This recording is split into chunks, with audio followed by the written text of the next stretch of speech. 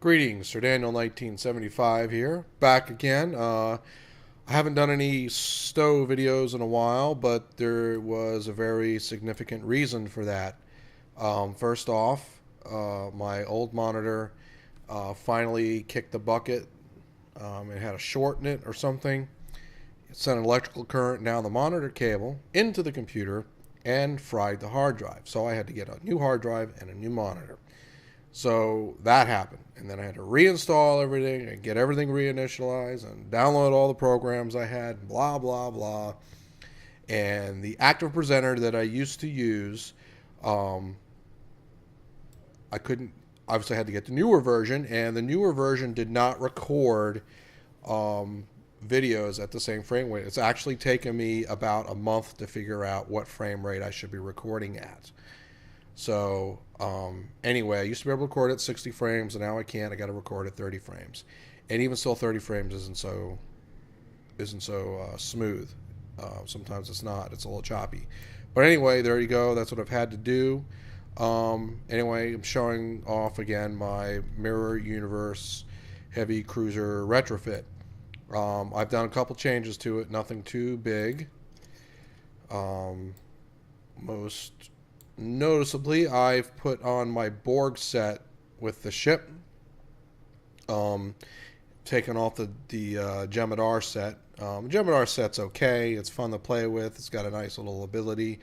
But I decided to go and throw on my Borg set. That's the best space set I have for this character. So I have the Mark 12 version. Anyway, and of course, I still have my Advanced Fleet hypercharged warp core Mark 12, and the other change that I did in addition to putting on the Borg set was I took out the Fleet Neutronium console and the regular advanced Mark 11 RCS, and I got two RCSs with the plus all resist, and I just went with a Mark 10s to save a little bit on resources, and that gives me some pretty good maneuverability with this ship, and I've still got about the same amount of resist to attacks that I had before, so that works great. And then of course with the Borg set and all the health regenerations and things that has, it works quite well. Now, the Borg set generally only gives you, it says there, 5,475. And that's what it is basically. But I've got one fleet generator, not a fleet generator, a field generator Mark 11 rare here. And with all that together, I get 8,075, and that's with whatever other shield buffs I have. So that's not too bad as a capacity for the shields on a Borg set. Yes, I could have another field generator on there, but nah, I've got a flow capacitor on here, a Mark 12 Fleet One, and that's pretty handy. It adds a plasma proc to my weapons. So anyway, and I could get fleet weapons, but I think what I'm gonna do is, and let me show you this. I'm gonna have to do a little spin around, and also this will help let you see how well this ship really moves now.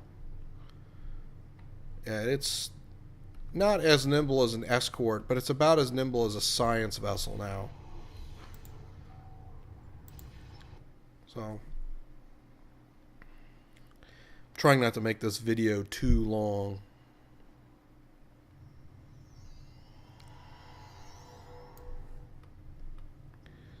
Okay. And hopefully this video is still recording well. Like I said, since I had to get the new active presenter, which is what I use to do my vidcaps, and the program happens to be free. The new one's just a little slightly different, and I don't know if it's the fact that I got a widescreen monitor now or what.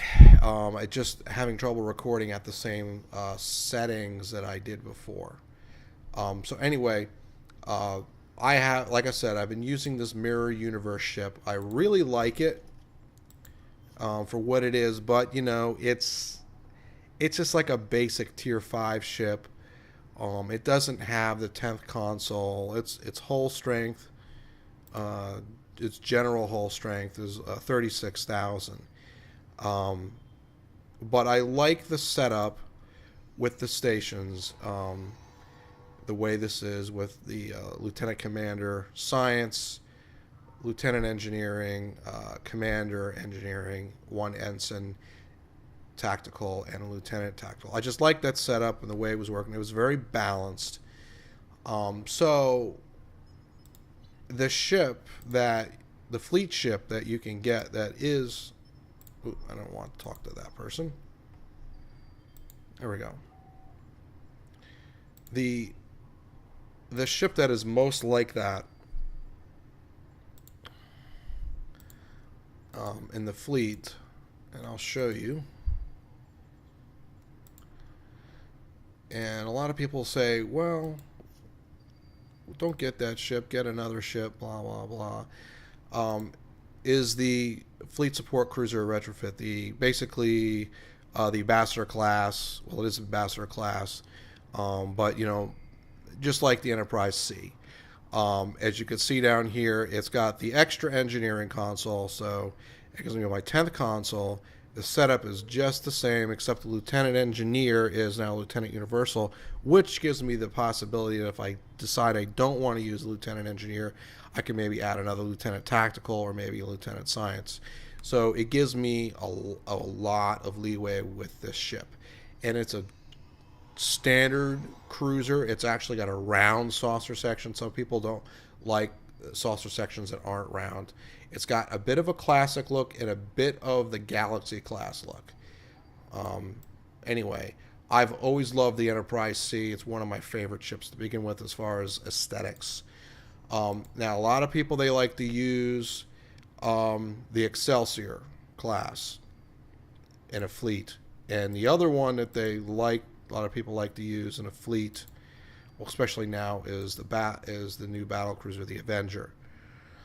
Now we got the Fleet Dreadnought. That's also a pretty cool ship. There's a lot you can do with that. And then there's the Fleet Assault. That's a decent ship too.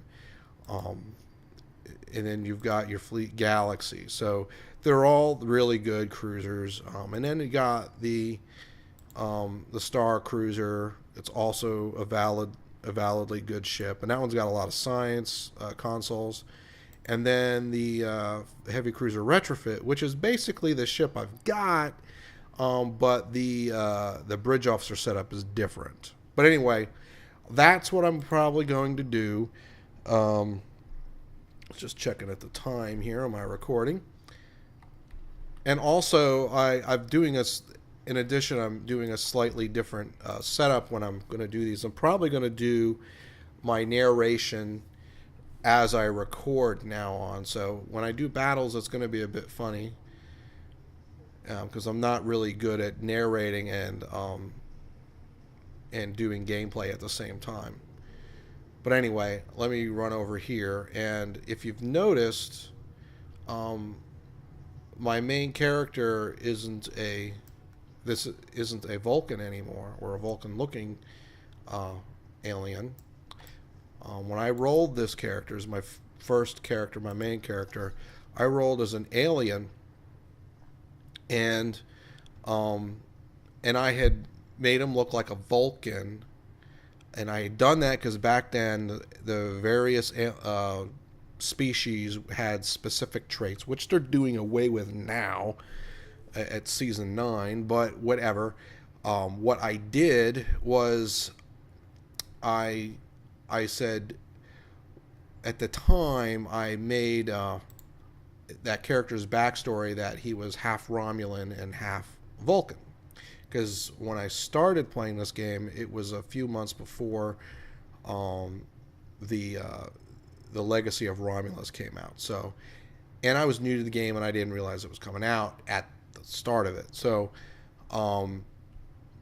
now you can play as a Romulan, and I was like, well, I don't really need my Federation guy to be a Romulan anymore. So I decided that and I have a bunch of characters now, but I said, you know, instead of making more and more characters, and this character is trained fairly broad for doing lots of different ships, why don't I just start making different looking aliens? And so that's what I've done. So I've got a Vorta, I've got a Klingon looking guy, and I've still got my old Vulcan looking guy. So there you go. I didn't put the wrinkled nose on there, but still Klingon looking. So with one character, I've got 3 different aliens to play with if I want to, do my own little personal role play. So that's another little thing that I do that I'm doing now. And then, it's a little suggestion that maybe people might want to think about. And if you're only going to have limited number of characters, you can roll as an alien and make them look a certain way. So, anywho, that, as they say, is that. And hopefully, if you're watching this video, that means this vidcap came out pretty decent. And I shall catch you all on the flip side.